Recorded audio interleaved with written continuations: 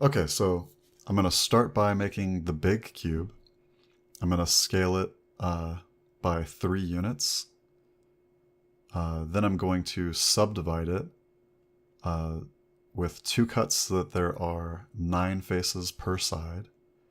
Then I'm going to go to the top view and select this edge. And then I'm going to center the cursor on that edge so that I can put an empty there, and that will be my first empty. So I'm going to go ahead and add an empty. And then I'm going to go and duplicate this and hold down Control so that it stays locked to the grid. And I'm just going to follow the path that I want the cube to rotate around on the big cube. And in this case, it goes from this top part up here around to the middle part. Now I'm going to start at the end and add the cube. So I'm going to take this face, duplicate, and then separate by selection. Then I'm going to leave edit mode and then select that and go into edit mode and extrude this by just 1 unit.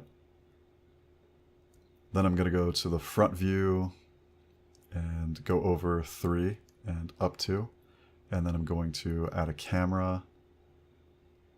And then I'm going to align the camera to the view and then change it to orthographic under the camera settings, and then change the scale to about 25 because that looks about right. Then I'm going to do the really fun part, which is parenting each of the empties to the previous empty.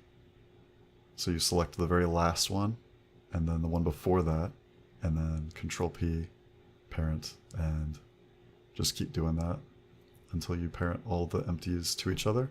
Then I'm going to go ahead and select the cube and parent it to the very last empty.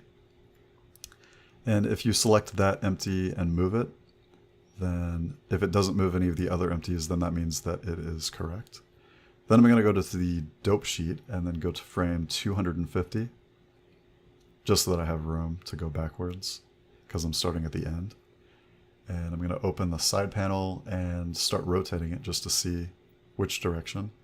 In the case of the very first one, I'm going to rotate positive 90 on the z-axis. So I'm going to go ahead and add a single keyframe and go back 10 frames and add that positive 90 to the z-axis and add another single keyframe. And then go to the next empty, add a single keyframe, and then go back 10 frames and add another positive 90. And it'll be different for like this one's Y, but I'm just going to go ahead and skip forward a little bit because this is pretty tedious. But basically you're rolling up the cube and all of these empties. And then you'll get to the last one and just do that last animation. And then you should be able to just scroll through and see the cube rotating.